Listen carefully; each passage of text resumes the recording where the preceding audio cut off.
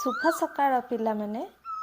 आशा करे कोरोना भूताणु संक्रमणरू निजकू और अन्यमानंकु सुरक्षित रखिया विभिन्न प्रतिषेधकमूलक व्यवस्था को आपणाइथिबो।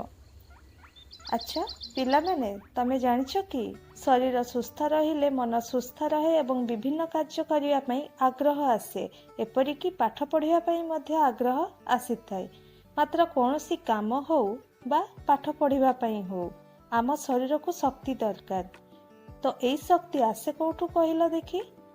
शक्ति आसे खाद्यरू। तमे लक्ष्य करथिबो छोट शिशुटीए धीरे धीरे बड़ होउची एवं वृद्ध अवस्था परिणत होउची। छोटरू बड़ हवा समय तार अंग प्रत्यंग मध्य वृद्धि और विकास होउची। ए समस्त कार्य पई ताकू बयस अनुसार खाद्य खाइबा जरूरी होइथाय। चित्र को लक्ष्य करिबा, दिनर विभिन्न समय रे आमे भिन्न भिन्न खाद्य खाइथाउ। जदि समय अनुसार ठीक खाद्य खाइबा निश्चित रूपे शरीर रोग प्रतिरोधक शक्ति को बढ़ाई परिबा। पुणी चित्र को लक्ष्य कर देखिबो, खाद्य को आमे दुईटी उपाय रे चिन्हट करि परिबा। कहिबा पई गले आमे खाद्यर दुईटी भाग देखि परिबा। गोटे होची उद्भिदज खाद्य, अन्यटी होची प्राणीज खाद्य। जो खाद्य आमे उद्भिदक पाखरु पाइथाउ ताहाको उद्भिदज खाद्य कहती, अन्यटी को प्राणीज खाद्य कही थांती। जो खाद्य आमे प्राणी पाखरु पाइथाउ। उद्भिद और प्राणी उभयक पाखरु मिलुथिबा खाद्य रे केतेक रासायनिक पदार्थ मध्य देखिबा पई मिलिथाई। एही रासायनिक पदार्थ को पोषक कुहा जाय। जेपरि कि खाद्य पदार्थ रे पार्थक्य रहुची, सेहीपरि पोषक रे मध्य पार्थक्य रहिथाय। तो खाद्य रे थिबा मुख्य पोषक को आधार करी खाद्य को पुणी विभिन्न प्रकार भागरे भाग करा जायछि, यथा श्वेतसार जातीय खाद्य, पुष्टिसार जातीय खाद्य, स्नेहसार जातीय खाद्य, विटामिन व जीवसार जातीय खाद्य एवं खनिज लवण। एतत् व्यतीत शरीरर आवश्यकता पूरण पई जल एवं तंतु जातीय खाद्य मध्य आवश्यक। तमे जानिछ कि खाद्य हजम क्रिया हो बा शरीरर वर्ज्यवस्तु निष्कासन क्रिया हो अबा शरीरर तापमात्रा नियंत्रण क्रिया हो, एही भली विभिन्न कार्य पई जल नित्यांत आवश्यक। जणे जेपरि खाद्य आमे बयस और शारीरिक कार्य आधार रे कम बेसी खाई थाउ, सेहीपरि जल मध्य कम बेसी पी थाउ। खाद्यर विभिन्न भाग गुड़िक विषय रे पूर्व श्रेणी रे किछि किछि तमे जानिछ। आज आउ किछि नुआ जानिबा। ताहले प्रथमे जानिबा श्वेतसार जातीय खाद्य को। कहिला देखी केमिति चिन्हिब श्वेतसार जातीय खाद्य को? साधारणतः जो खाद्य मीठा लगे ताहाको श्वेतसार जातीय खाद्य कहा जायथाय। चित्र माध्यम रे किछि मीठा लागुथिबा खाद्य को जानिबा आस। खाद्य गुडी को तो देखिल, वर्तमान कहिला देखी तम बापा माँ काम को गला बेले भात खाइकी एवं नेकी कौन पाई जाई थांती? कारण भात खाइबा द्वारा काम करिया पई शक्ति मिली थाए।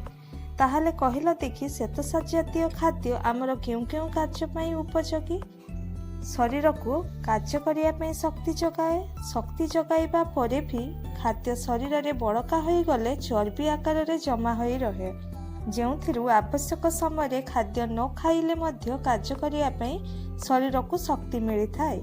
श्वेतसार जातीय खाद्य अभाव रे मारास्मस रोग होइथाय। एही रोग हेले शरीरर वृद्धि रे बाधा प्राप्त हुए, शरीर क्षीण हुए, पतला झाड़ा हुए एवं केश उपुड़ी जाए। मने पकेई एही चित्र को देखि कहिलो, चित्र रे थिबा खाद्य गुड़िक केउ जातीय खाद्य रे अंतर्भुक्त? यह होची पुष्टिसार जातीय खाद्य।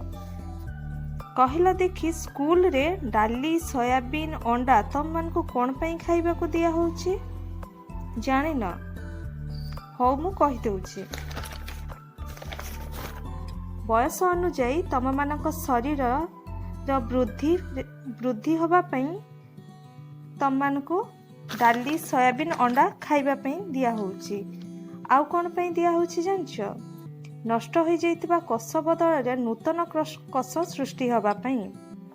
पुष्टिसार जातीय खाद्य अभाव रे क्वासी अकर रोग होइथाय। क्वासी अकर रोग शिशु मानक ठारे अधिक देखा जाइथाय। एही रोग हेले गोड़ हाथ मुह फुली जाए, मुंडरू केश उपुड़ी पड़े। ବର୍ତ୍ତମାନ ଜାଣିବା ସ୍ନେହସାର ଜାତୀୟ ଖାଦ୍ୟକୁ। ଚିତ୍ରକୁ ଦେଖ, ଜାଣିପାରିଲ କେଉଁ ସବୁ ଖାଦ୍ୟ ସ୍ନେହସାର ଜାତୀୟ? ସ୍ନେହସାର ଜାତୀୟ ଖାଦ୍ୟ ଚର୍ମକୁ ଚିକ୍କଣ କରିଥାଏ। ଆମ ଶରୀରକୁ ଶ୍ଵେତସାର ଜାତୀୟ ଖାଦ୍ୟ ଠାରୁ ସ୍ନେହସାର ଜାତୀୟ ଖାଦ୍ୟ ଅଧିକ ଶକ୍ତି ଯୋଗାଏ। ମାତ୍ର ସ୍ନେହସାର ଜାତୀୟ ଖାଦ୍ୟକୁ ହଜମ କରିବା ଶରୀର ପକ୍ଷେ ସହଜ ହୁଏ ନାହିଁ। ତ ପିଲାମାନେ ଆଜି ପାଇଁ ଏତିକି। ଆଶା କରେ ପାଠଟିକୁ ଭଲ ଭାବରେ ବୁଝିପାରିଥିବ। ତମେ ନିଜକୁ ନିଜେ ପରଖିବା ପାଇଁ ମୁଁ କିଛି ପ୍ରଶ୍ନ ଦେଉଛି, କରିବା ପାଇଁ ଚେଷ୍ଟା କରିବ। ବାକି ରହିଥିବା ଖାଦ୍ୟସାର ବିଷୟରେ ଆମେ ପରବର୍ତ୍ତୀ କ୍ଲାସରେ ଜାଣିବା। ଧନ୍ୟବାଦ।